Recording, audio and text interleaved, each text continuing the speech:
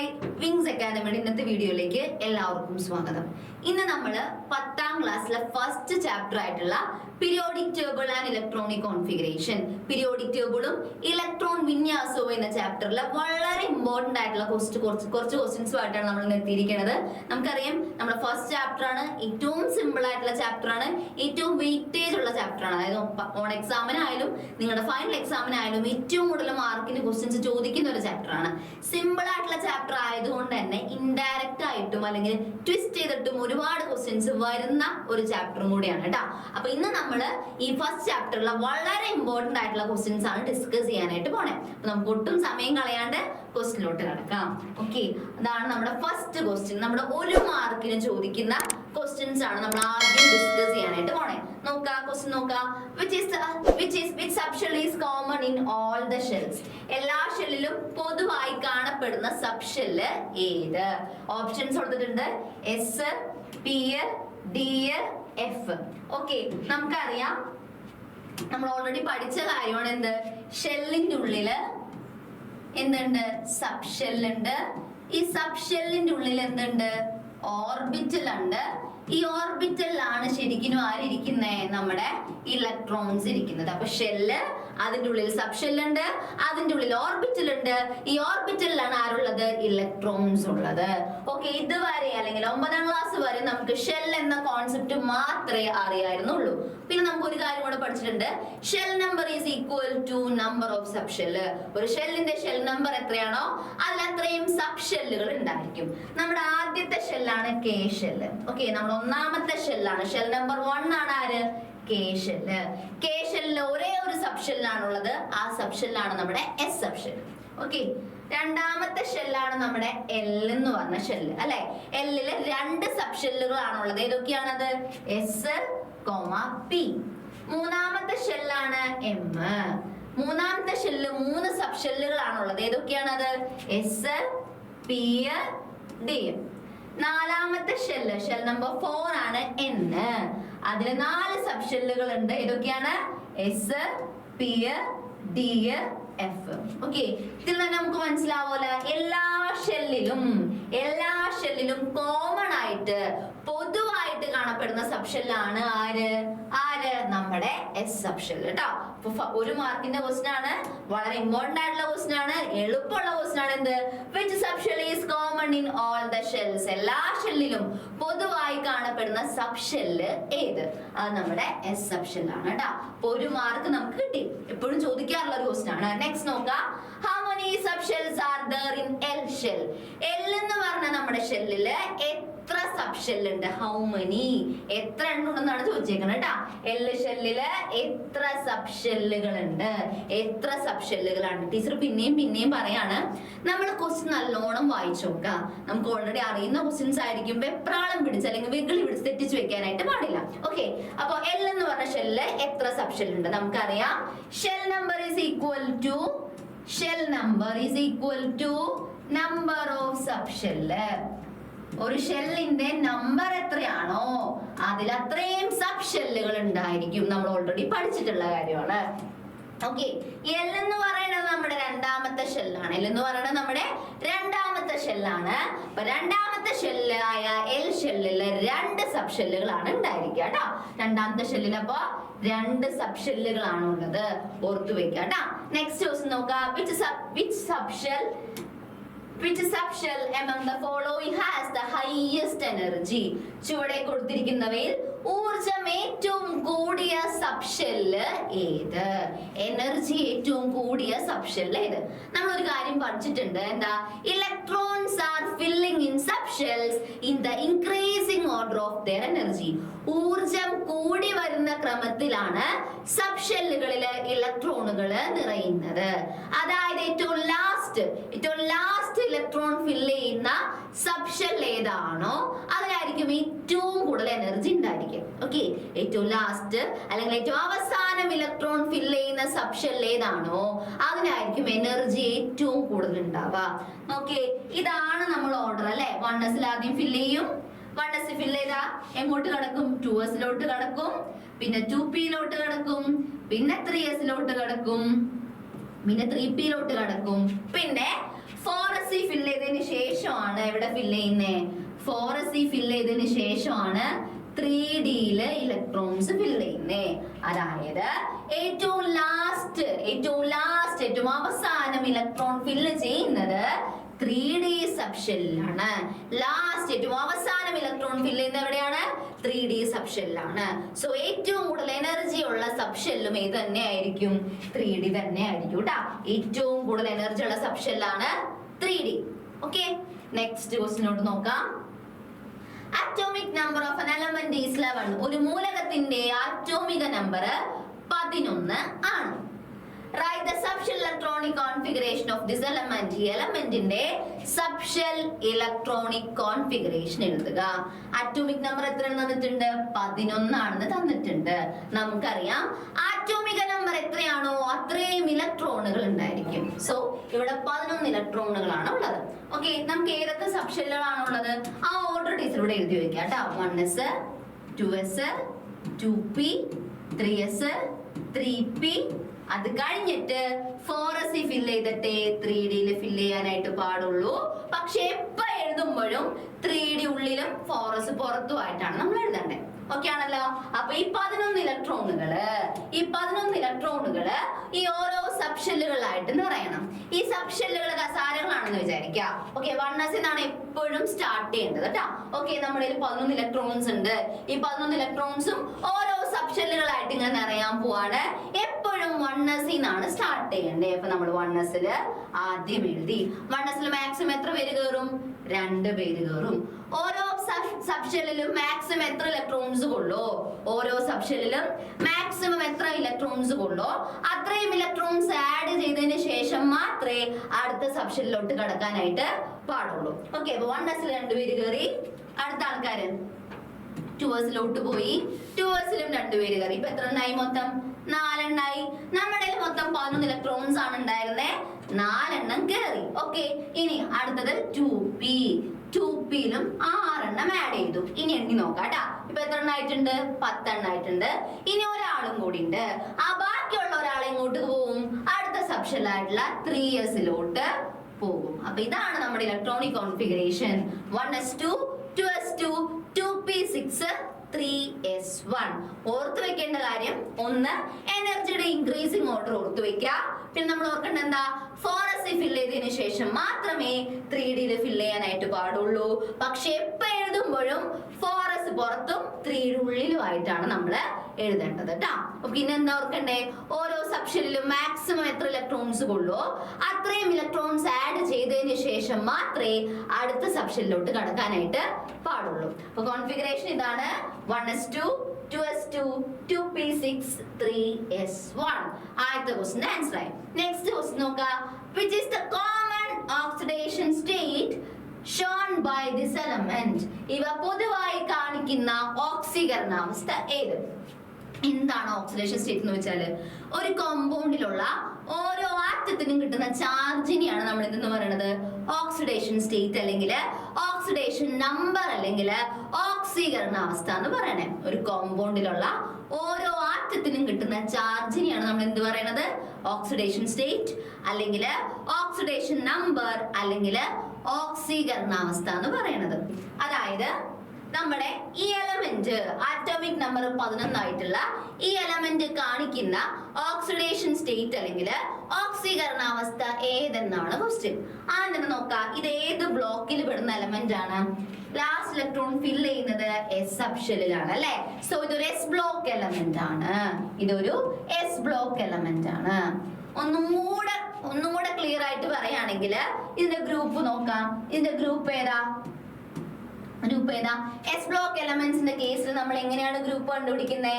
ലാസ്റ്റത്തെ എസ് സബ്ഷെല്ലിലുള്ള ഇലക്ട്രോണുകളുടെ എണ്ണമാണ് ഗ്രൂപ്പ് നമ്പർ. ഇവിടെ ലാസ്റ്റ് എസ് സബ്ഷെൽ എന്ന് പറയുമ്പോൾ 3s. 3sൽ എത്ര ഇലക്ട്രോൺസ് ഉണ്ട്? 1 ഇലക്ട്രോൺ ആണ് ഉള്ളത്. അതായത് ഇവരുടെ ഗ്രൂപ്പ് നമ്പർ 1 ആണ്. ഓക്കെ, ഈ എലമെന്റിന്റെ ഗ്രൂപ്പ് നമ്പർ 1 ആണ്. നമ്മൾ പഠിച്ചിട്ടുള്ള കാര്യമാണ് ഒന്നാമത്തെ ഗ്രൂപ്പിലുള്ള എല്ലാ എലമെന്റ്സും +1 ഓക്സിഡേഷൻ സ്റ്റേറ്റ് ആണ് കാണിക്കുന്നത്. ഓർത്തു വെക്കുക, ഗ്രൂപ്പ് 1ലുള്ള എല്ലാ എലമെന്റ്സും +1 ഓക്സിഡേഷൻ സ്റ്റേറ്റ് ആണ് കാണിക്കുന്നത്. അതേപോലെ ഗ്രൂപ്പ് 2-യിലുള്ള രണ്ടാമത്തെ ഗ്രൂപ്പിൽ വരുന്ന എല്ലാ എലമെന്റ്സും രണ്ടാമത്തെ ഗ്രൂപ്പിലുള്ള എല്ലാ എലമെന്റ്സും +2 ഓക്സിഡേഷൻ സ്റ്റേറ്റ് ആണ് കാണിക്കുക. ഓക്കെ, അപ്പൊ ഗ്രൂപ്പ് 1-ലുള്ള എല്ലാ എലമെന്റ്സും +1 ഓക്സിഡേഷൻ സ്റ്റേറ്റ് കാണിക്കും. ഗ്രൂപ്പ് 2-ലുള്ള എല്ലാ എലമെന്റ്സും +2 ഓക്സിഡേഷൻ സ്റ്റേറ്റ് ആണ് കാണിക്കുന്നത്. അതേപോലെ 17ാമത്തെ ഗ്രൂപ്പ് നമ്മുടെ ഹാലജൻസ് കേട്ടോ, ഹാലജൻസ് എല്ലാവരും -1 ഓക്സിഡേഷൻ സ്റ്റേറ്റ് ആണ് കാണിക്കുക. അതുപോലെ ഓക്സിജൻ ഫാമിലിയിൽ പെടുന്ന എല്ലാവരും കേട്ടോ, ഓക്സിജൻ അടക്കം ഓക്സിജൻ ഫാമിലിയിൽ വരുന്ന എല്ലാവരും -2 ഓക്സിഡേഷൻ സ്റ്റേറ്റ് ആണ് കാണിക്കുന്നത്. ഇത്രയും കാര്യങ്ങൾ ഓർത്തു വെക്കുന്നത് പാഠം കുറച്ചും കൂടെ, അല്ലെങ്കിൽ ഈ ചാപ്റ്ററിൽ നിന്ന് കുറച്ചും കൂടെ മാർക്ക് കിട്ടാൻ വേണ്ടിയിട്ട് നമ്മളെ ഹെൽപ്പ് ചെയ്യും കേട്ടോ. അപ്പൊ ഓർത്തു വെക്കുക, ഒന്നാമത്തെ ഗ്രൂപ്പിൽ വരുന്ന എല്ലാ എലമെന്റ്സും +1 ഓക്സിഡേഷൻ സ്റ്റേറ്റ് കാണിക്കും. അതേപോലെ രണ്ടാമത്തെ ഗ്രൂപ്പിൽ വരുന്ന എല്ലാ എലമെന്റ്സും +2 ഓക്സിഡേഷൻ സ്റ്റേറ്റ് ആണ് കാണിക്കുക. ഹാലജൻസ് ഗ്രൂപ്പ് 17 അവര് -1 ഓക്സിഡേഷൻ സ്റ്റേറ്റ് ആണ് കാണിക്കുന്നത്. അതേപോലെ ഓക്സിജൻ ഫാമിലി 16ാമത്തെ ഗ്രൂപ്പ് ആയിട്ടുള്ള ഓക്സിജൻ ഫാമിലി -2 ഓക്സിഡേഷൻ സ്റ്റേറ്റ് ആണ് കാണിക്കുന്നത്. ഇത്രയും കാര്യങ്ങൾ ഓർത്തു വെക്കുക. ജനറൽ ആയിട്ടുള്ള കുറച്ച് പ്രോപ്പർട്ടീസ് ആണ് കേട്ടോ. ഓക്കെ, നെക്സ്റ്റ് ക്വസ്റ്റ്യൻ നോക്കാം. Okay, the subshell electronic configuration of an element is given in two ways. ഒരു മൂലകത്തിന്റെ സബ്ഷെൽ ഇലക്ട്രോൺ വിന്യാസം രണ്ട് രീതിയിൽ നൽകിയിരിക്കുന്നു. Okay, 1s2 2s2 2p6 3s2 3p6 3d10 4s1. next one 1s2 2s2 2p6 3s2 3p6 3d9 4s2. Which among these is the correct electronic configuration? Give reason. ഇതിൽ ശരിയായ electron വിന്യാസം ഏത്, കാരണം എന്തെന്ന് വ്യക്തമാക്കുക. അപ്പൊ ഓർത്ത് വെക്ക, നമ്മുടെ ഇലക്ട്രോണിക് കോൺഫിഗറേഷൻ എഴുതുമ്പോൾ, സബ്ഷെൽ ഇലക്ട്രോണിക് കോൺഫിഗറേഷൻ എഴുതുമ്പോൾ കോപ്പറിന്റെയും ക്രോമിയത്തിന്റെയും ഇലക്ട്രോണിക് കോൺഫിഗറേഷനിൽ മാത്രം ചില വ്യത്യാസങ്ങളുണ്ട്, ചില പ്രത്യേകതകളുണ്ട്. അതിനുള്ള കാരണമാണ് ആദ്യം ടീച്ചർ പറയാൻ പോണേ. നോക്ക, നമ്മുടെ ഡി സബ്ഷെല്ലില് മാക്സിമം 10 ഇലക്ട്രോൺസ് ആണ് കൊള്ളുന്നത്. ഡി സബ്ഷെല്ലില് മാക്സിമം 10 ഇലക്ട്രോൺസ് ആണ് കൊള്ളാം. അപ്പൊ ഡി സബ്ഷെല്ലില് 10 ഇലക്ട്രോൺസ് ഉള്ള കോൺഫിഗറേഷൻ നമ്മള് കംപ്ലീറ്റ്ലി ഫിൽഡ് കോൺഫിഗറേഷൻ അല്ലെങ്കിൽ മുഴുവൻ നിറഞ്ഞ ഇലക്ട്രോൺ വിന്യാസം എന്നാണ് പറയണേ. അതേപോലെ ഡി സബ്ഷെല്ലില് 5 ഇലക്ട്രോൺ ഉള്ള കോൺഫിഗറേഷൻ നമ്മള് ഹാഫ് ഫിൽഡ് കോൺഫിഗറേഷൻ അല്ലെങ്കിൽ പകുതി നിറഞ്ഞ ഇലക്ട്രോൺ വിന്യാസം എന്നാണ് പറയാം. ഡിയില് 10 ഇലക്ട്രോൺസ് ഉണ്ടെങ്കിൽ കംപ്ലീറ്റ്ലി ഫിൽഡ് ഇലക്ട്രോണിക് കോൺഫിഗറേഷൻ എന്നും, ഡിയില് 5 ഇലക്ട്രോൺസ് ആണ് ഉള്ളതെങ്കിൽ ഹാഫ് ഫിൽഡ് ഇലക്ട്രോണിക് കോൺഫിഗറേഷൻ എന്നാണ് പറയുന്നത്. ഓക്കെ, ഈ ഹാഫ് ഫിൽഡ് ഇലക്ട്രോണിക് കോൺഫിഗറേഷൻ ആയാലും ഈ completely filled subshell electronic configuration ആയാലും കൂടുതൽ സ്റ്റേബിൾ ആണ്. ഈ രണ്ട് കോൺഫിഗറേഷനും കൂടുതൽ സ്റ്റേബിൾ ആണ്, കൂടുതൽ സ്ഥിരതയുള്ളതാണ്. സ്റ്റേബിൾ ആണെന്ന് വെച്ചാല് അല്ലെങ്കിൽ സ്ഥിരതയുള്ളതാണെന്ന് വെച്ചാൽ എന്താണ് അർത്ഥാക്കണേ? പ്രത്യേകിച്ച് ഒന്നുമില്ല, നിങ്ങൾ ആലോചിച്ചാൽ മതി. ഈ ഹാഫ് ഫിൽഡ് ആയാലും കംപ്ലീറ്റ്ലി ഫിൽഡ് കോൺഫിഗറേഷൻ ആയാലും എല്ലാ എലമെന്റ്സിനും അതെത്താനുള്ള അല്ലെങ്കിൽ അങ്ങനെയുള്ള ഒരു കോൺഫിഗറേഷൻ അറ്റൈൻ ചെയ്യാനുള്ള ഒരു ആഗ്രഹം ഉണ്ടായിരിക്കും. ഓക്കെ, ഡിയില് 10 ഇലക്ട്രോൺസ് ആക്കാനും അല്ലെങ്കിൽ ഡിയില് 5 ഇലക്ട്രോൺസ് ആക്കാനുള്ള ആഗ്രഹം എല്ലാ എലമെന്റ്സിനും അല്ലെങ്കിൽ എല്ലാ ആറ്റത്തിനും ഉണ്ടായിരിക്കും. നമുക്കൊരു ആഗ്രഹം ഉണ്ടെങ്കിൽ നമ്മൾ എന്താ ചെയ്യാ? ആഗ്രഹം നടപ്പാക്കാൻ വേണ്ടി എല്ലാ മാർഗങ്ങളും, പോസിബിൾ ആയിട്ടുള്ള എല്ലാ മാർഗങ്ങളും നമ്മൾ അന്വേഷിക്കും അല്ലെ. പുറത്തു വെക്കുക, സ്റ്റേബിൾ ആണ് എന്ന വേർഡ് ആലോചിക്കുക, അല്ലെങ്കിൽ സ്ഥിരതയുള്ളതാണ് എന്ന വേർഡ് ആലോചിക്കുക. ഇനി സ്ഥിരതയുള്ളതാണ് അല്ലെങ്കിൽ സ്റ്റേബിൾ ആണെന്ന് വെച്ചാൽ എന്താ അർത്ഥം? ഇത്രേ ഉള്ളൂ. അത് നേടാനുള്ള ആഗ്രഹം എല്ലാ ആറ്റത്തിനും ഉണ്ട്. നമ്മുടെ ആഗ്രഹം, നമുക്കൊരു ആഗ്രഹം ഉണ്ടെങ്കിൽ ആഗ്രഹം നിറവേറ്റാൻ നമ്മൾ എന്ത് ചെയ്യും? എല്ലാ മാർഗങ്ങളും അന്വേഷിക്കും അല്ലെ. അതുപോലെ തന്നെയാണ് ഈ ആറ്റങ്ങളും. ഇനി നിങ്ങൾ ഈ കോൺഫിഗറേഷനിലോട്ടൊന്ന് നോക്കിയേ. കോപ്പറിന്റെ ആറ്റോമിക് നമ്പർ 29 ആണ്. കോപ്പറിന്റെ ആറ്റോമിക് നമ്പർ 29 ആണ്. സോ കോൺഫിഗറേഷൻ എങ്ങനെയാ വരാം? 1s2 2s2 2p6 3s2 3p6 4s2 3d9 എന്നാണ് കോപ്പറിന്റെ കോൺഫിഗറേഷൻ വരാം. നിങ്ങളൊന്ന് നോക്കിയേ, 3Dയില് 9 ഇലക്ട്രോൺസ് ഉണ്ട്. 3Dയില് 9 ഇലക്ട്രോൺസ് ഉണ്ട്. 10 ഉണ്ടായെങ്കിൽ അല്ലെങ്കിൽ ഇത് ഹാഫ് ഫിൽഡ് കംപ്ലീറ്റ്ലി ഫിൽഡ് ആയനെ, ഇത് കൂടുതൽ സ്റ്റേബിൾ ആയനെ. ഓക്കെ, 10 ഇലക്ട്രോൺസ് ഡി സബ്ഷെല്ലിൽ 10 ഇലക്ട്രോൺസ് ഉണ്ടെങ്കിൽ ഈ കോൺഫിഗറേഷൻ എന്തായനെ? സ്റ്റേബിൾ കോൺഫിഗറേഷൻ ആയനെ. കോപ്പറിന് ഉണ്ടാവില്ലേ സ്റ്റേബിൾ കോൺഫിഗറേഷൻ അറ്റൈൻ ചെയ്യാനുള്ള ഒരു ആഗ്രഹം അല്ലെ? നമുക്കൊരു ആഗ്രഹം ഉണ്ടായാൽ നമ്മൾ എന്ത് ചെയ്യും? ആ ആഗ്രഹം നടപ്പാക്കാൻ വേണ്ടിയിട്ട് എല്ലാ പോസിബിൾ ആയിട്ടുള്ള മെത്തേഡുകളും നമ്മൾ അന്വേഷിക്കും. കോപ്പറും അങ്ങനെ തന്നെയാണ്. നോക്ക, കോപ്പർ ഇങ്ങനെ ആലോചിക്കാണ്, ഒരെണ്ണം കൂടെ കിട്ടിയെങ്കിൽ ഞാൻ സ്റ്റേബിൾ ആയേനെ. കോപ്പർ എന്ത് ചെയ്തു? 4s ഒരു ഇലക്ട്രോണിനെ 3Dയിലോട്ട് കൊടുത്തു അല്ലെ? ഒരു ഇലക്ട്രോൺ കൂടെ മതിയല്ലോ.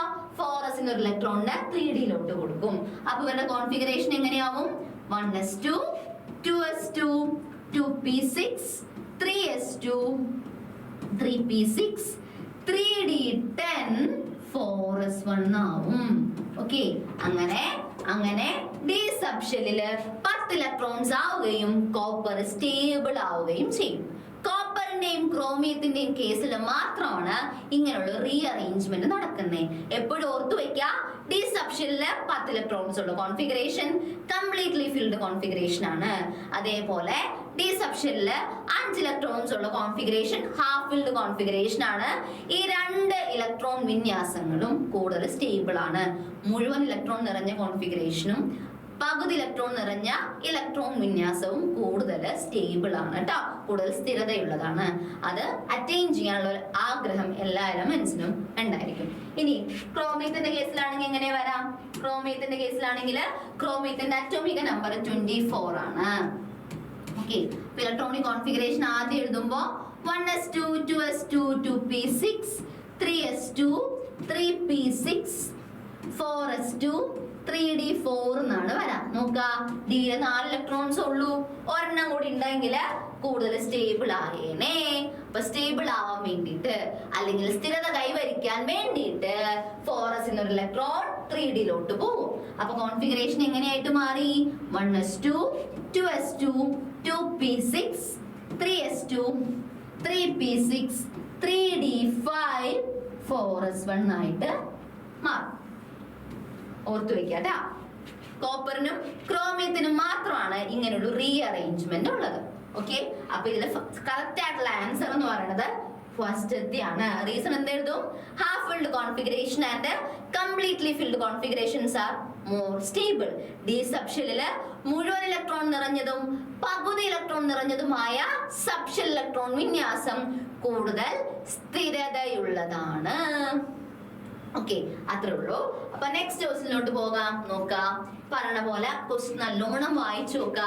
നമ്മൾ പഠിച്ചിട്ടുള്ള കാര്യങ്ങൾ മാത്രമേ വരുള്ളൂ, പക്ഷെ ഡയറക്റ്റ് ആയിട്ട് ആവണമെന്നില്ല. ഓക്കെ, നല്ലോണം വായിച്ചിട്ടുണ്ടെങ്കിൽ നമുക്ക് ക്വസ്റ്റ്യൻ നല്ല രീതിയിൽ അറ്റൻഡ് ചെയ്യാനായിട്ട് പറ്റും. ക്വസ്റ്റ്യൻ നോക്കാം. Mn is an element which shows variable oxidation state. വ്യത്യസ്ത ഓക്സീകരണാവസ്ഥ കാണിക്കുന്ന ഒരു മൂലകമാണ് Mn. Mn എന്ന് വെച്ചാല് നമ്മുടെ മാംഗനീസ്. ഓക്കെ, നോക്കാം. Calculate the oxidation state of Mn in MnO2.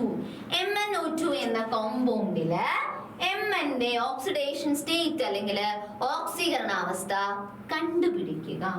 എപ്പോഴും വളരെയധികം എപ്പോഴും റിപ്പീറ്റ് ആയിട്ട് ചോദിക്കുന്ന ഒരു ക്വസ്റ്റ്യൻ ആണ് കേട്ടോ.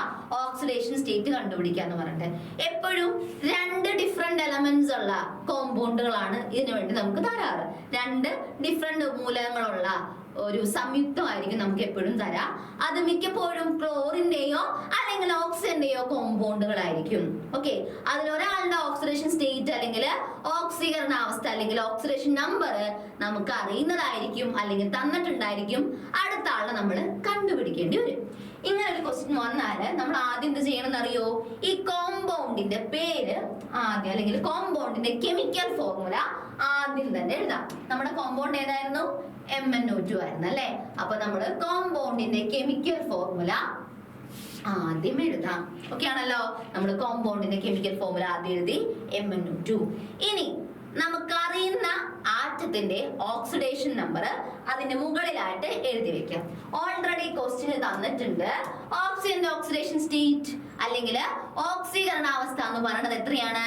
-2 ആണ്. അപ്പൊ ഓക്സിജന്റെ മുകളിലായിട്ട് -2 എഴുതി. ഓക്കെ ആണല്ലോ? അറിയുന്ന ആളുടെ ഓക്സീകരണാവസ്ഥ ആ ആറ്റത്തിന്റെ മുകളിലായിട്ട് നമ്മൾ എഴുതി വെച്ചു. ഇനി മാംഗനീസിന്റെ ഓക്സിഡേഷൻ സ്റ്റേറ്റ് ആണ് നമുക്ക് കണ്ടുപിടിക്കേണ്ടേ, അല്ലെങ്കിൽ മാംഗനീസിന്റെ ഓക്സിഡേഷൻ സ്റ്റേറ്റ് ആണ് നമുക്ക് അറിയാത്തത്. ഓക്കെ, നമുക്ക് അറിയാത്ത ആളുടെ നമ്മൾ എന്തായിട്ട് എടുക്കണം? എക്സ് ആയിട്ട് എടുക്കണം. മാത്സിലും അങ്ങനെയല്ലേ, നമ്മൾ അറിയാത്ത ആളുടെ ഓക്സിഡേഷൻ നമ്പർ ഇവിടെ നമ്മൾ എന്തായിട്ട് എടുക്കാണ്? എക്സ് ആയിട്ട് എടുക്കാണ്. മാംഗനീസിന്റെ ഓക്സിഡേഷൻ നമ്പർ നമുക്ക് അറിയില്ല, അല്ലെങ്കിൽ മാംഗനീസിന്റെ ഓക്സിഡേഷൻ സ്റ്റേറ്റ് ആണ് നമുക്ക് കണ്ടുപിടിക്കേണ്ടേ. അറിയാത്ത ആള് അല്ലെങ്കിൽ കണ്ടുപിടിക്കേണ്ട ആളെ നമ്മള് എക്സ് ആയിട്ട് എടുത്തു. ഓക്കെ ആണല്ലോ. അടുത്ത കാര്യം നമ്മൾ ആലോചിക്കേണ്ടത് എന്താണെന്ന് വെച്ചാല്, ഒരു കോമ്പൗണ്ടിലുള്ള ആറ്റങ്ങളുടെ ഓക്സിഡേഷൻ സ്റ്റേറ്റ് അല്ലെങ്കിൽ ഓക്സീകരണാവസ്ഥ കൂട്ടുമ്പോൾ നമുക്ക് 0 ആണ് കിട്ടേണ്ടത്. ഒരു കോമ്പൗണ്ടിലുള്ള ആറ്റങ്ങളുടെ ഓക്സിഡേഷൻ സ്റ്റേറ്റ് അല്ലെങ്കിൽ ഓക്സിഡേഷൻ നമ്പർ കൂട്ടുമ്പോ 0 കിട്ടണം. ഓക്കെ ആണല്ലോ. നമുക്ക് 0നോട് ഇക്വേറ്റ് ചെയ്യാം. ഇത്രേ ഉള്ളൂ. മുകളിലുള്ള നമ്പർ ഇൻറ്റു താഴെയുള്ള നമ്പർ പ്ലസ് മുകളിലുള്ള നമ്പർ ഇൻറ്റു താഴെയുള്ള നമ്പർ ഈക്വൽ ടു 0. കുറച്ചും കൂടെ വ്യക്തമായിട്ട് പറയുകയാണെങ്കിൽ ആദ്യത്തെ ആറ്റത്തിന്റെ oxidation number into number of atom. അപ്പൊ മാംഗനീസിന്റെ ഓക്സിഡേഷൻ നമ്പർ എക്സ് ആണ്. നമ്മുടെ കയ്യിൽ ഒരു മാംഗനീസ് ആണ് ഉള്ളത്. അപ്പൊ എക്സ് ഇൻറ്റു 1 പ്ലസ് അടുത്ത ആറ്റത്തിന്റെ oxidation number into number of atom. അടുത്ത ആറ്റം എന്ന് പറഞ്ഞാൽ നമ്മുടെ ഓക്സിജൻ. ഓക്സിജന്റെ ഓക്സിഡേഷൻ നമ്പർ -2 ആണ്. -2 into 2 equal to 0. Okay, X into 1 എന്ന് പറഞ്ഞാൽ എക്സ് ആണ്, ബ്രാക്കറ്റിന് ഇട്ടാ, പ്ലസ് -2 ഇൻറ്റു 2 എന്ന് വെച്ചാൽ -4 ആണ്, ഈക്വൽ ടു 0. ഇനി എന്ത് ചെയ്യണം? ഈ ബ്രാക്കറ്റ് ഓപ്പൺ ചെയ്യണം. ഒരു പ്ലസും ഒരു മൈനസും ഒരുമിച്ച് വന്നാല് മൈനസ് ആണ് വരാ. അതായത് x - 4 ഈക്വൽ ടു 0. എക്സ് ആണ് കണ്ടുപിടിക്കേണ്ടേ. എക്സിന് ഇവിടെ നിർത്താ. ഈ -4നെ ഈക്വൽ ടു ഇപ്പത്തേക്ക് കൊണ്ടുവരാ. അപ്പൊ അത് +4 ആയിട്ട് മാറി. അതായത് MnO4 എന്ന കോമ്പൗണ്ടില് അല്ലെങ്കിൽ MnO4 എന്ന സംയുക്തത്തില് മാംഗനീസ് കാണിക്കുന്ന ഓക്സിഡേഷൻ സ്റ്റേറ്റ് എന്ന് പറഞ്ഞാല് +4 ആയിരിക്കും. ഓക്കെ ആണല്ലോ. വളരെ ഇമ്പോർട്ടന്റ് ആണ്. മാംഗനീസ് മാത്രമല്ല, ഓക്സിജന്റെ പല കോമ്പൗണ്ടുകളുടെയും ഓക്സിഡേഷൻ സ്റ്റേറ്റ് കണ്ടുപിടിക്കുക അല്ലെങ്കിൽ ഓക്സീകരണാവസ്ഥ കണ്ടുപിടിക്കുക എന്ന് പറഞ്ഞിട്ട് എപ്പോഴും ക്വസ്റ്റ്യൻസ് ചോദിക്കാറുണ്ട്. നിങ്ങൾ തെറ്റിക്കരുത് കേട്ടോ. നെക്സ്റ്റ് നോക്കാം. Write any one characteristics property of element of the block in which manganese is included. Manganese ഉൾപ്പെടുന്ന ബ്ലോക്കിലെ മൂലകങ്ങളുടെ ഏതെങ്കിലും ഒരു സവിശേഷത എഴുതുക. അപ്പൊ തന്നെ നമുക്കറിയാം ഓരോ ബ്ലോക്കിനും ഓരോ പ്രോപ്പർട്ടീസ് ഉണ്ട് അല്ലെ. മാംഗനീസ് ഏത് ബ്ലോക്കിലാണ് വരാം? മാംഗനീസ് ഏത് ബ്ലോക്കിലാണ് വരാം? മാംഗനീസിന്റെ അറ്റോമിക് നമ്പർ 25 ആണ്. ഇതിനെയും കാണാണ്ട് പഠിക്കാത്തൊരു എഴുതി നോക്കിയാൽ നമുക്ക് കിട്ടും. മാംഗനീസിന്റെ ഓക്സിഡേഷൻ അറ്റോമിക് നമ്പർ 25 ആണ്. കോൺഫിഗറേഷൻ എങ്ങനെയാ വരാം? 1s2 2s2 2p6 3s2 3p6 4s2 3d5. Last electron fill ചെയ്യുന്ന സബ്ഷെൽ ഏതാണോ അതായിരിക്കും ഒരു എലമെന്റിന്റെ ബ്ലോക്ക് എന്ന് പറയുന്നത്. ഇവിടെ ലാസ്റ്റ് ഇലക്ട്രോൺ ഫില്ല് ചെയ്യുന്നത് ഡി സബ്ഷെല്ലിലാണ്. So manganese is a D block element. Manganese is a D block element. നമ്മുടെ മാംഗനീസ് എന്ന് പറയുന്ന ആള് ഒരു ഡി ബ്ലോക്ക് മൂലകമാണ്. ഡി ബ്ലോക്ക് എലമെന്റ്സിന്റെ കുറെ പ്രോപ്പർട്ടീസ് നമുക്ക് പഠിക്കാനുണ്ടെങ്കിലും ഏറ്റവും ഇമ്പോർട്ടന്റ് ആയിട്ടുള്ള രണ്ട് പ്രോപ്പർട്ടീസ് ആണ്. ഒന്ന്, they shows variable oxidation state. അവര് വ്യത്യസ്ത ഓക്സീകരണാവസ്ഥ കാണിക്കുന്നു അല്ലെങ്കിൽ ഒന്നിൽ കൂടുതൽ ഓക്സീകരണാവസ്ഥ കാണിക്കുന്നുണ്ട്. അടുത്ത പ്രോപ്പർട്ടി ആണ് they forms colored compound. അവര് നിറമുള്ള സംയുക്തങ്ങൾ ഉണ്ടാക്കുന്നു.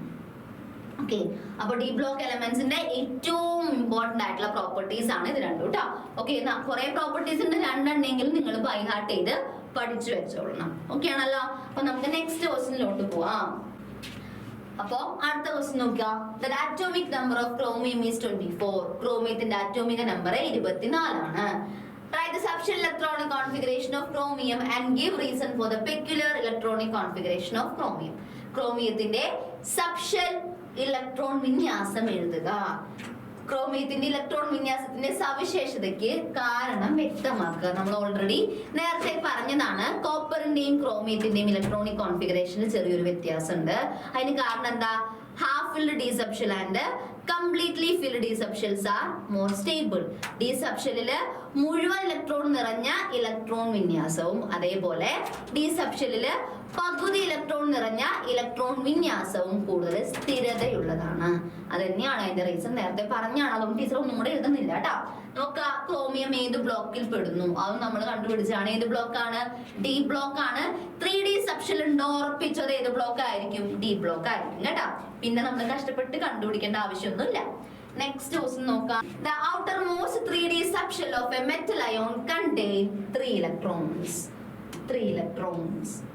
ഒരു ലോഹ അയോണിന്റെ അവസാന 3D സബ്ഷെല്ലിൽ 3 ഇലക്ട്രോണുകൾ ഉണ്ട്.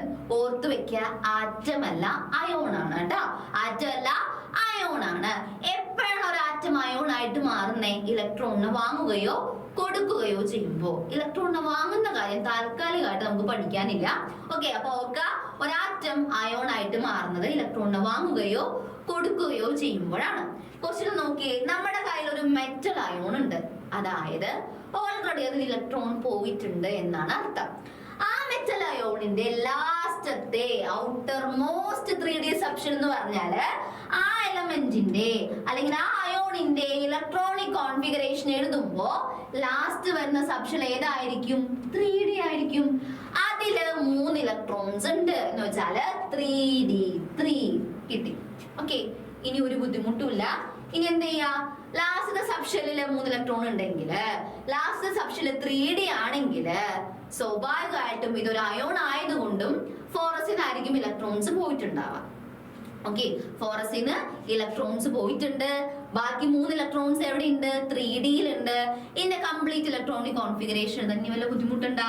3Dയിൽ 3 ഇലക്ട്രോൺസ് ഉണ്ട്, വിച്ച് മീൻസ് അതിനു മുമ്പുള്ള സബ്ഷെല്ലുകളൊക്കെ കംപ്ലീറ്റ്ലി ഫിൽഡ് ആയിരിക്കും. ഓക്കെ, ഒരു എലമെന്റ്, ഒരു അയോണിന്റെ ലാസ്റ്റ് കിടക്കുന്നത് 3D സബ്ഷെല്ലാണ്. അതിൽ 3 ഇലക്ട്രോൺസ് ഉണ്ട്. സോ അതിനു മുമ്പേ വരുന്ന ആൾക്കാരൊക്കെ കംപ്ലീറ്റ്ലി ഫിൽഡ് ആയിരിക്കും എന്നാണ് അതിനർത്ഥം. 1s2 2s2 2p6 3s2 3p6 3d3. ഇതാണ് നമ്മുടെ അയോണിന്റെ ഇലക്ട്രോൺ വിന്യാസം. ഫോറസ് അവിടെ എഴുതേണ്ട ആവശ്യമില്ല, കാരണം ഇതൊരു അയോൺ ആണ്. ഫോറസിന് ഇലക്ട്രോൺസ് പോയിട്ടുണ്ടായിരിക്കും. Okay, next. Okay, to which block does this metal belong? ഈ മെറ്റല് ഏത് ബ്ലോക്കിലാണ് പെടുന്നത്? നോക്ക, 3D സബ്ഷെൽ ഉണ്ടോ? ഉറപ്പിച്ചോ അത് ഏത് ബ്ലോക്ക് ആയിരിക്കും? ഡി ബ്ലോക്ക് ആയിരിക്കും കേട്ടോ. ഓക്കെ, അപ്പൊ രണ്ടാമത്തെ ക്വസ്റ്റിന്റെ ആൻസർ ആണ് D block. Next question. The element in this block shows similarity in properties both in period and group. Why?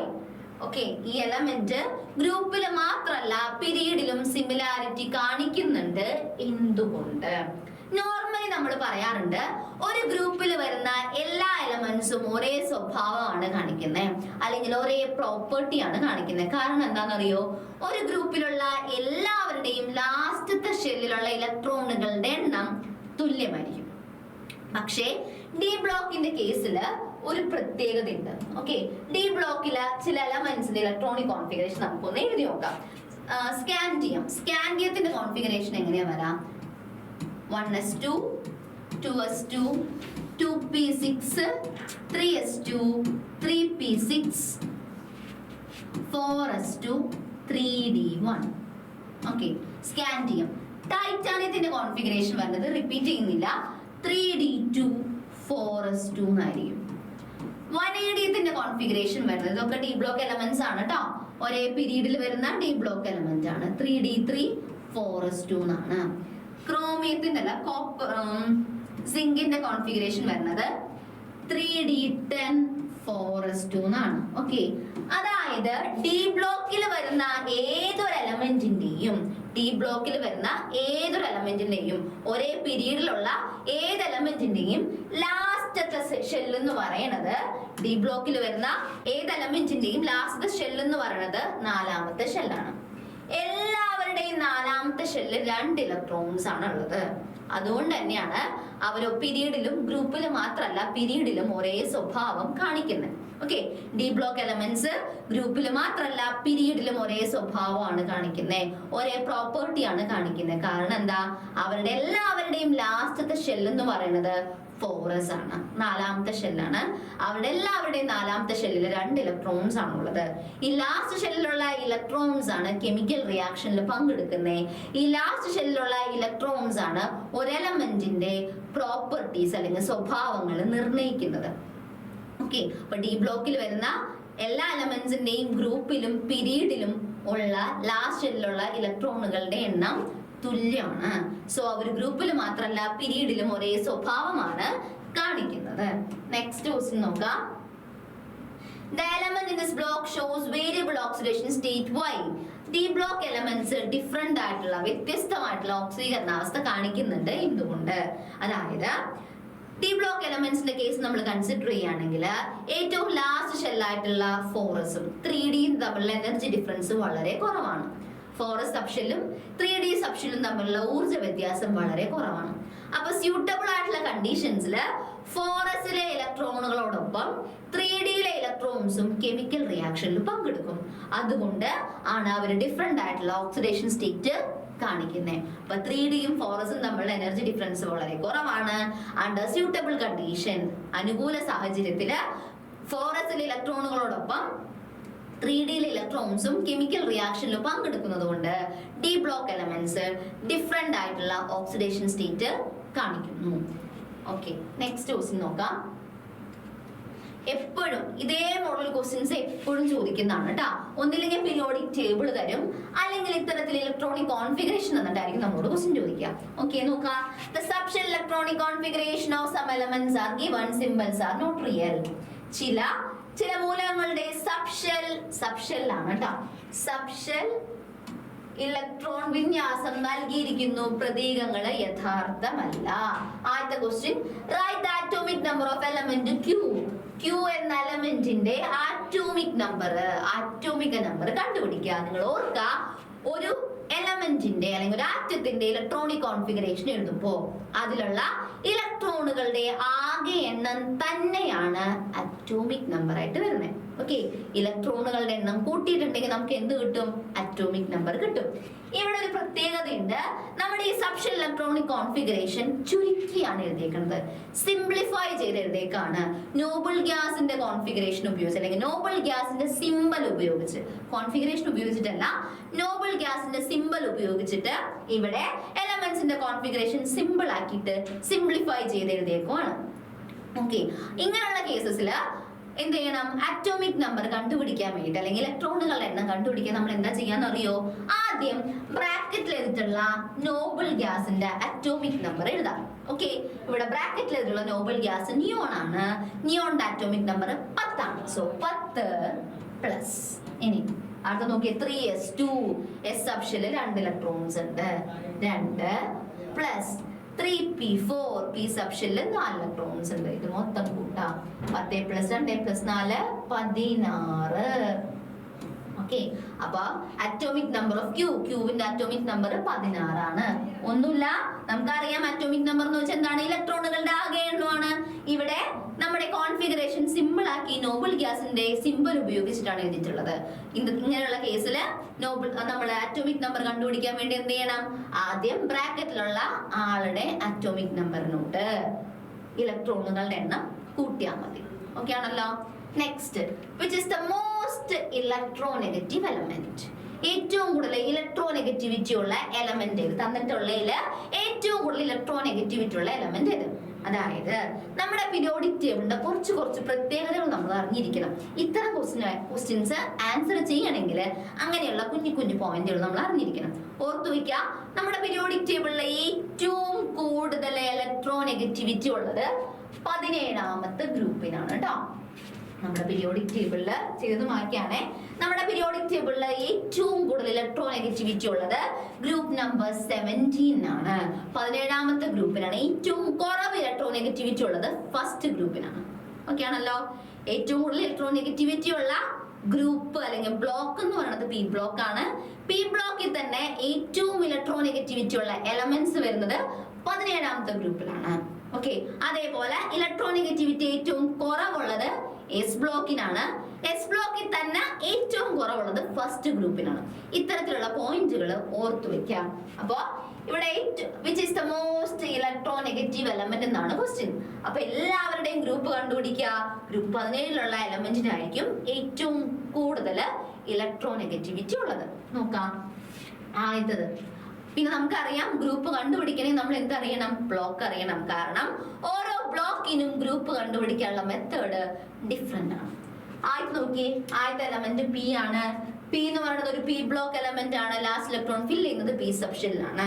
P block എലമെന്റ്സിന്റെ കേസിൽ നമ്മൾ എങ്ങനെ ഗ്രൂപ്പ് കണ്ടുപിടിക്കുക? ലാസ്റ്റത്തെ പി സബ്ഷെല്ലിലുള്ള ഇലക്ട്രോണുകളുടെ എണ്ണം. ഇവിടെ പി സബ്ഷെല്ലില് 5 ഇലക്ട്രോൺസ് ഉണ്ട്, അതിനോട് 12 കൂട്ടണം. അപ്പൊ 5 + 12 = 17. പി എന്ന് പറയുന്നത് 17ാമത്തെ ഗ്രൂപ്പിലുള്ള എലമെന്റ് ആണ്. അടുത്ത് നോക്കുക, ക്യൂ. അതും ഒരു പി ബ്ലോക്ക് എലമെന്റ് ആണ്. ലാസ്റ്റ് ഇലക്ട്രോൺ ഫിൽ ചെയ്യുന്നത് 3p സബ്ഷെല്ലിലാണ്. പി ബ്ലോക്ക് എലമെന്റ്സിന്റെ കേസിലെ ഗ്രൂപ്പ് എങ്ങനെ കണ്ടുപിടിക്കുക? ലാസ്റ്റത്തെ പി സബ്ഷെല്ലിൽ ഇലക്ട്രോണുകളുടെ എണ്ണത്തിനോട് 12 കൂട്ടാം, 16. ഓക്കെ, നെക്സ്റ്റ് 3d സബ്ഷെൽ ഉണ്ട്. സോ ഇതൊരു ഡി ബ്ലോക്ക് എലമെന്റ് ആണ്. ഡി ബ്ലോക്ക് എലമെന്റ്സിന്റെ കേസിലെ ഗ്രൂപ്പ് എങ്ങനെ കണ്ടുപിടിക്കുക? 3d ഇലക്ട്രോൺസും 4s ഇലക്ട്രോൺസും തമ്മിൽ കൂട്ടുക. അപ്പോ 7 + 2 = 9. 6 എന്ന് പറയുന്നത് ഗ്രൂപ്പ് നമ്പർ 9 ആണ് കേട്ടോ. നെക്സ്റ്റ് നോക്കാം, ലാസ്റ്റ് ഇലക്ട്രോൺ ഫിൽ ചെയ്യുന്നത് എസ് സബ്ഷെല്ലിലാണ്. സോ ഇതൊരു എസ് ബ്ലോക്ക് എലമെന്റ് ആണ്. എസ് ബ്ലോക്ക് എലമെന്റ് ഗ്രൂപ്പ് എങ്ങനെ കണ്ടുപിടിക്കുക? ലാസ്റ്റത്തെ എസ് സബ്ഷെല്ലിലുള്ള ഇലക്ട്രോണുകളുടെ എണ്ണമാണ് ഗ്രൂപ്പ് നമ്പർ. ഇവിടെ ലാസ്റ്റത്തെ എസ് സബ്ഷെൽ ആയിട്ടുള്ള 4s-ൽ 1 ഇലക്ട്രോൺ ആണുള്ളത്. സോ ഇതിന്റെ ഗ്രൂപ്പ് നമ്പർ 1 ആണ്. ഓക്കെ, ഇനി എന്താ? Which is the most electronegative element? ഏറ്റവും കൂടുതൽ ഇലക്ട്രോനെഗറ്റിവിറ്റി ഉള്ളത് 17ാമത്തെ ഗ്രൂപ്പിലാണ്. ഓക്കെ, അപ്പൊ ഇവിടെ 17ാമത്തെ ഗ്രൂപ്പിൽ വരുന്നത് പി എന്ന എലമെന്റ് ആണ്. സോ ഏറ്റവും കൂടുതൽ ഇലക്ട്രോനെഗറ്റിവിറ്റി ഉള്ള എലമെന്റ് ആണ് എലമെന്റ് പി. ഇങ്ങനെയാണ് ചെയ്യേണ്ടത് കേട്ടോ. നെക്സ്റ്റ് നോക്കാം, which element has higher metallic character? ലോഹ സ്വഭാവം കൂടിയ എലമെന്റ് ഏത്? അത് ഓർത്തു വെക്കുക. നമ്മുടെ പീരിയോഡിക് ടേബിളിൽ ഏറ്റവും മെറ്റാലിക് ക്യാരക്ടർ വരുന്നത് എസ് ബ്ലോക്കിനാണ്. മെറ്റാലിക് ക്യാരക്ടർ ഏറ്റവും കുറവ് വരുന്നത് പി ബ്ലോക്കിനാണ്. എസ് ബ്ലോക്കിൽ തന്നെ മെറ്റാലിക് ക്യാരക്ടർ കൂടുതൽ വരുന്നത് ഫസ്റ്റ് ഗ്രൂപ്പിനാണ്. തന്നിട്ടുള്ളതിൽ ഫസ്റ്റ് ഗ്രൂപ്പിൽ വരുന്നത് എസ് എന്ന് പറയുന്ന എലമെന്റ് ആണ്. അപ്പോ നമ്മുടെ ആൻസർ ഏതാണ്? എസ് ആണ് കേട്ടോ. Okay, write the chemical formula of the compound formed by combining Q and S. Q ഉം S ഉം ചേർന്നുണ്ടാകുന്ന കോമ്പൗണ്ടിന്റെ കെമിക്കൽ ഫോർമുല എഴുതാം. ഓക്കെ, ക്യൂവും എസും ചേർന്നുണ്ടാകുന്ന കോമ്പൗണ്ടിന്റെ കെമിക്കൽ ഫോർമുല എഴുതുക. ഓക്കെ, അപ്പൊ കെമിക്കൽ ഫോർമുല എഴുതാൻ നമുക്ക് രണ്ട് ആൾക്കാരാണ് വേണ്ടത്. രണ്ട് കാര്യങ്ങളാണ് അറിഞ്ഞിരിക്കേണ്ടത്. ഒന്ന്, എലമെന്റിന്റെ സിമ്പൽ നമുക്കറിയാലോ, ക്യൂവും എസും. രണ്ടാമത് നമ്മൾ അറിയേണ്ടത് ക്യൂവിന്റെയും എസിന്റെയും വാലൻസി അല്ലെങ്കിൽ സംയോജകതയാണ്. എന്താണ് വാലൻസി എന്ന് വെച്ചിട്ടുണ്ടെങ്കിൽ, ഒരാറ്റം സ്റ്റേബിൾ ആവാൻ വേണ്ടിയിട്ട് വാങ്ങുകയോ കൊടുക്കുകയോ ഷെയർ ചെയ്യോ ചെയ്യുന്ന ഇലക്ട്രോണുകളുടെ എണ്ണമാണ് വാലൻസി. വാലൻസി അറിയണമെങ്കിൽ നമ്മൾ എന്ത് നോക്കിയാൽ മതി? ഏറ്റവും ലാസ്റ്റത്തെ ഷെല്ലില് ആകെ എത്ര ഇലക്ട്രോൺസ് ഉണ്ടെന്ന് നോക്കിയാൽ മതി. നോക്കിയേ, ക്യൂവും എസും അല്ലേ? ക്യൂവിൽ നോക്കാം, ലാസ്റ്റത്തെ ഷെൽ എന്ന് പറയുന്നത് 3ാമത്തെ ഷെല്ലാണ്. 3ാമത്തെ ഷെല്ലിൽ ആകെ എത്ര ഇലക്ട്രോൺസ് ഉണ്ട്? 4 + 2 6 ഇലക്ട്രോൺസ് ആണല്ലേ. ഓക്കെ, എസ് നമ്മൾ കൺസിഡർ ചെയ്യുകയാണെങ്കിൽ ലാസ്റ്റത്തെ ഷെൽ എന്ന് പറഞ്ഞാല് 4ാമത്തെ ഷെല്ല്. 4ാമത്തെ ഷെല്ലിൽ ആകെ 1 ഇലക്ട്രോൺ ആണ് ഉള്ളത്. ഓക്കെ ആണല്ലോ. അപ്പൊ ക്യൂവിന്റെ ലാസ്റ്റ് ഷെല്ലില് 6 ഇലക്ട്രോൺസ് ഉണ്ട്. എസിന്റെ ലാസ്റ്റ് ഷെല്ലില് 1 ഇലക്ട്രോൺ ആണ് ഉള്ളത്. ക്യൂവോ എസോ സ്റ്റേബിൾ അല്ല, അല്ലെങ്കിൽ സ്ഥിരതയുള്ളതല്ല. ലാസ്റ്റ് ഷെല്ലില് 8 ഇലക്ട്രോൺസ് ഉണ്ടെങ്കിലാണ് അവർ സ്റ്റേബിൾ ആണെന്ന് നമുക്ക് പറയാൻ പറ്റുള്ളൂ, അല്ലെ? ഒരു എലമെന്റിന്റെ അല്ലെങ്കിൽ ഒരു ആറ്റത്തിന്റെ ലാസ്റ്റ് ഷെല്ലില് 8 ഇലക്ട്രോൺസ് ഉണ്ടെങ്കിൽ അവർ സ്ഥിരതയുള്ളതാണ് അല്ലെങ്കിൽ സ്റ്റേബിൾ ആണെന്ന് നമുക്ക് പറയാനായിട്ട് പറ്റുള്ളൂ. ക്യൂവിന്റെ ലാസ്റ്റ് ഷെല്ലിൽ 6 ഇലക്ട്രോൺ ആണോ അല്ലെ? സ്റ്റേബിൾ ആവാൻ വേണ്ടി അവർ എന്ത് ചെയ്യും? 2 ഇലക്ട്രോണിനെ വാങ്ങും. അതായത് ക്യൂവിന്റെ വാലൻസി 2 ആണ് കേട്ടോ. ക്യൂവിന്റെ വാലൻസി 2 ആണ്, അല്ലെങ്കിൽ സംയോജകത 2 ആണ്. എസിന്റെ ലാസ്റ്റ് ഷെല്ലിൽ 1 ഇലക്ട്രോൺ ആണുള്ളേ. അപ്പൊ സ്റ്റേബിൾ ആവാൻ വേണ്ടി എന്ത് ചെയ്യും? എസ് ഈ 1 ഇലക്ട്രോണിനെ കളയും. അതായത് എസിന്റെ വാലൻസി എന്ന് പറഞ്ഞാല് 1 ആണ്. ഓക്കെ, ഫസ്റ്റ് സ്റ്റെപ്പ് കഴിഞ്ഞു. എലമെന്റ്സിന്റെ വാലൻസ് നമ്മൾ എഴുതി. ഇനി എന്ത് ചെയ്യണം? കെമിക്കൽ ഫോർമുല ഉണ്ടാക്കാൻ വേണ്ടിയിട്ട് എലമെന്റ്സിന്റെ സിംബലുകൾ ഒരുമിച്ച് എഴുതണം. അതാണ് നമ്മുടെ അടുത്ത സ്റ്റെപ്പ്. ഓക്കെ, ആദ്യത്തെ സ്റ്റെപ്പ് എന്താണ്? ഈ സിമ്പലുകൾ ഒരുമിച്ച് എഴുതാം. സിമ്പലുകൾ ഒരുമിച്ച് എഴുതുമ്പോൾ അല്ലെങ്കിൽ പ്രതീകങ്ങൾ ഒരുമിച്ച് എഴുതുമ്പോൾ നമുക്ക് തോന്നിയ പോലെ എഴുതാനായിട്ട് പറ്റില്ല. ഇലക്ട്രോണിനെ കൊടുക്കുന്ന ആളാ ആദ്യം എഴുതണം, ഇലക്ട്രോണിനെ വാങ്ങുന്ന ആളാ രണ്ടാമത് എഴുതണം. ഓക്കെ, എസ് ആണോ ക്യൂ ആണോ ഇലക്ട്രോണിനെ കൊടുക്കണേ? ക്യൂവിന്റെ ലാസ്റ്റിൽ 6 ഇലക്ട്രോൺസ് ആണുള്ളത്. സോ അവർ 2 ഇലക്ട്രോണിനെ വാങ്ങാണ് ചെയ്യുക. എസ് ആണ് ഇലക്ട്രോണിനെ കൊടുക്കുന്നത്. എസ് ആണ് ഇലക്ട്രോണിനെ കൊടുക്കുന്നത്. അപ്പൊ നമ്മള് എസിനെ നമ്മള് ആദ്യം എഴുതണം. ഓക്കെ, അപ്പൊ എസിനെ നമ്മൾ ആദ്യം എഴുതി, പിന്നെ ക്യൂവിനെ എഴുതി. നെക്സ്റ്റ് സ്റ്റെപ്പ് എന്ന് വെച്ചാല് ഓരോന്നിന്റെ മുകളിലും അവരുടെ വാലൻസി എഴുതാം. എസിന്റെ വാലൻസി 1 ക്യൂവിന്റെ വാലൻസി 2 ഓക്കെ ആണല്ലോ. എസിന്റെ വാലൻസി എസിന്റെ മുകളിൽ എഴുതി, ക്യൂവിന്റെ വാലൻസി ക്യൂവിന്റെ മുകളിൽ എഴുതി. അടുത്ത സ്റ്റെപ്പില് ഈ മുകളിൽ എഴുതിയ വാലൻസികള് അങ്ങനെ തന്നെ താഴേക്ക് എഴുതാം. അപ്പൊ S1 Q2 എന്നോ. ഓക്കെ, നെക്സ്റ്റ് സ്റ്റെപ്പില് ഈ വാലൻസികൾ തമ്മിൽ ഇന്റർചേഞ്ച് ചെയ്യാം. അതായത് എസിന്റെ വാലൻസി ക്യൂവിന് കൊടുക്കുക, ക്യൂവിന്റെ വാലൻസി എസിന് കൊടുക്കാം. ഓക്കെ, അപ്പൊ എന്ത് വരും? S2 Q1 എന്ന് വരും. ഒരെണ്ണാണുള്ളതെങ്കിൽ അത് പ്രത്യേകിച്ച് എഴുതേണ്ട ആവശ്യമൊന്നും ഇല്ല. അടിയിലെ നമ്പർ 1 ആണെങ്കിൽ അത് പ്രത്യേകിച്ച് എഴുതേണ്ട ആവശ്യമൊന്നുമില്ല. അപ്പൊ അത് കളഞ്ഞിട്ട് എഴുതാം. എന്ത്? S2 Q. അതായത് ഈ കോമ്പൗണ്ടിന്റെ കെമിക്കൽ ഫോർമുലയാണ് എന്ത്? S2Q. ഇത്രേ ഉള്ളൂ കേട്ടോ. Okay, next question. The atoms of element A and B contain 3 shells each. 2 element ഉണ്ട്, എയും ബിയും. ഓക്കെ, ആ എലമെന്റിന്റെ ആറ്റത്തിന് 3 ഷെല്ലുകളാണ് ഉള്ളത്. ഓക്കെ, എ എന്ന് പറയുന്നത് അപ്പൊ എഴുതി വെക്കാം നമുക്ക് ആദ്യമേ തന്നെ. 2 എലമെന്റുകളാണ് എയും ബിയും. ഇനി എന്താ പറഞ്ഞേക്കണേ? ഈ 2 ആറ്റങ്ങൾക്കും 3 ഷെല്ലുകൾ ഉണ്ട്. എക്കും ബിക്കും 3 ഷെല്ലുകൾ ഉണ്ട്. ഓർത്തു വെക്ക, ഷെല്ലുകളുടെ എണ്ണം, ഷെൽ നമ്പർ എത്രയാണോ അല്ലെങ്കിൽ ഷെല്ലുകളുടെ എണ്ണം എത്രയാണോ അത് തന്നെ ആയിരിക്കും നമ്മുടെ പീരീഡ് നമ്പർ. അതായത് എ എന്ന് പറയുന്ന എലമെന്റിന്റെ പീരീഡും 3, ബി എന്ന് പറഞ്ഞ എലമെന്റിന്റെ പീരീഡും 3. അടുത്ത നോക്കാം. A belongs to group 2. എയുടെ ഗ്രൂപ്പ് നമ്പർ 2. എയുടെ group number 2. And B belongs to group 16. ബിയുടെ ഗ്രൂപ്പ് നമ്പർ 16 ആണ്. ഇത്രയും കാര്യങ്ങൾ എഴുതി വെക്കാം. ഇനി എന്ത് ചെയ്യണം? ക്വസ്റ്റ്യനിലോട്ട് നോക്കുന്നതിന് മുമ്പ് എയുടെയും ബിയുടെയും ഇലക്ട്രോണിക് കോൺഫിഗറേഷൻ നമുക്ക് എഴുതി വെക്കാം. ഇലക്ട്രോണിക് കോൺഫിഗറേഷനുമായിട്ട് ബന്ധപ്പെട്ട ക്വസ്റ്റ്യൻസ് ആയിരിക്കും എന്തായാലും ഉണ്ടാവാം.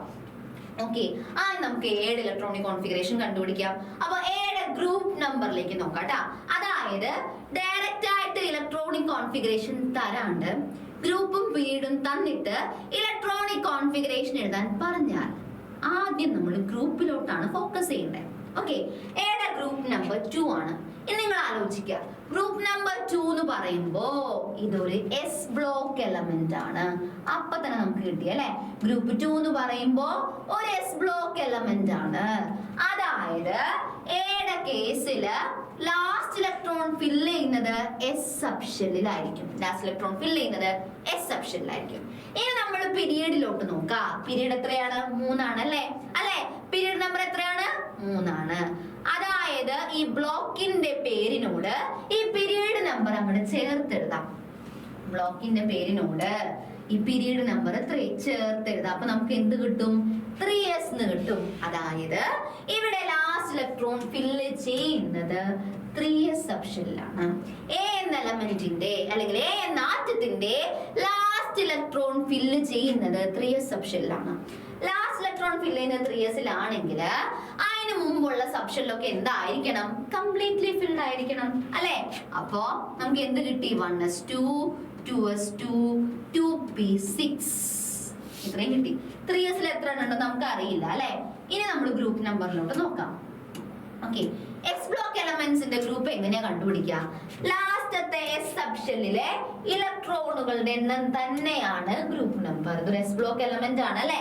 എസ് ബ്ലോക്ക് എലമെന്റ്സിന്റെ കേസില് ലാസ്റ്റത്തെ എസ് സബ്ഷെല്ലിലുള്ള ഇലക്ട്രോണുകളുടെ എണ്ണം തന്നെയാണ് ഗ്രൂപ്പ് നമ്പർ. ഇവിടെ ഗ്രൂപ്പ് നമ്പർ എത്രയാണ്?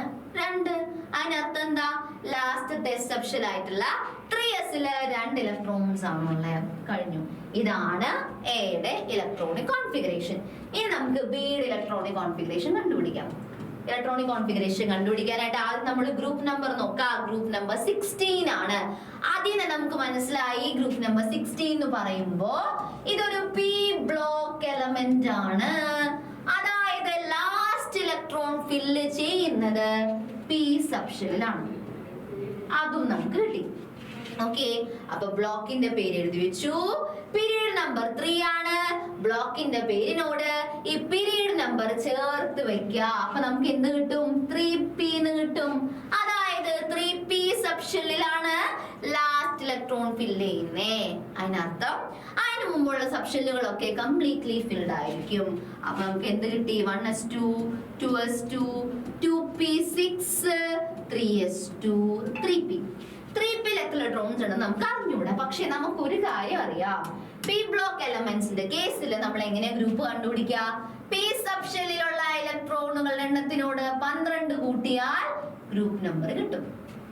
ഓക്കെ, പി സബ്ഷെല്ലിൽ എത്ര ഇലക്ട്രോൺ ഉണ്ടെന്ന് നമുക്ക് അറിയില്ല. ഗ്രൂപ്പ് നമ്പർ എത്രയാണെന്ന് നമുക്ക് അറിയാം, 16 ആണെന്ന് അറിയാം. ഓക്കെ ഓക്കെ, അപ്പൊ p + 12 = 16. പിയിലുള്ള ഇലക്ട്രോണുകളുടെ എണ്ണം പിടിക്കാനായിട്ട് പീനെ ഇവിടെ നിർത്താം അല്ലെ. ഈ 12 ഇങ്ങോട്ട് എടുക്കുമ്പോൾ എന്ത് കിട്ടും? 16 - 12 = 4. അതായത് പി സബ്ഷെല്ലിൽ 4 ഇലക്ട്രോൺസ് ആണ് ഉള്ളത്. 3p4 എന്നായി. ഓക്കെ, ഇലക്ട്രോണിക് കോൺഫിഗറേഷൻ കിട്ടി. ഇനി ബാക്കിയുള്ള ക്വസ്റ്റ്യൻസ് ചെയ്യാം. Write the subshell electronic configuration of A. യുടെ subshell electronic configuration എഴുതാ. കിട്ടിയാലോ നമുക്ക് എന്താ? 1s2 2s2 2p6 3s2. Next question. What is the valency of element B? B എന്ന എലമെന്റിന്റെ വാലൻസി അല്ലെങ്കിൽ സംയോജകത എഴുതുക. വാലൻസി അല്ലെങ്കിൽ സംയോജകത എന്ന് വെച്ചാൽ എന്താ? സ്റ്റേബിൾ ആവാൻ വേണ്ടിയിട്ട് വാങ്ങുകയോ കൊടുക്കുകയോ ഷെയർ ചെയ്യോ ചെയ്യുന്ന ഇലക്ട്രോണുകളുടെ എണ്ണമാണ് വാലൻസി. വാലൻസി കണ്ടുപിടിക്കാൻ ഒരു എളുപ്പ വഴിയുണ്ട് കേട്ടോ. അതായത് ഈ സബ്ഷെൽ ഇലക്ട്രോണിക് കോൺഫിഗറേഷൻ മാറ്റിയിട്ട് ഷെല്ലിന്റെ കോൺഫിഗറേഷൻ ആക്കി മാറ്റിയാൽ കുറച്ചും കൂടെ എളുപ്പത്തിൽ നമുക്ക് വാലൻസി അല്ലെങ്കിൽ സംയോജകത കണ്ടുപിടിക്കാൻ പറ്റും. അതിനായിട്ട് എന്ത് ചെയ്യണം? ഈ സബ്ഷെൽ ഇലക്ട്രോണിക് കോൺഫിഗറേഷനെ ഗ്രൂപ്പുകളാക്കാം. ഷെൽ നമ്പർ 1 ഒരു ഗ്രൂപ്പ്, ഷെൽ നമ്പർ 2 ഒരു ഗ്രൂപ്പ്, ഷെൽ നമ്പർ 3 ഒരു ഗ്രൂപ്പ്. ഓക്കെ, ഷെൽ നമ്പർ 1 ആകെ എത്ര ഇലക്ട്രോൺസ് ഉണ്ട്? 2.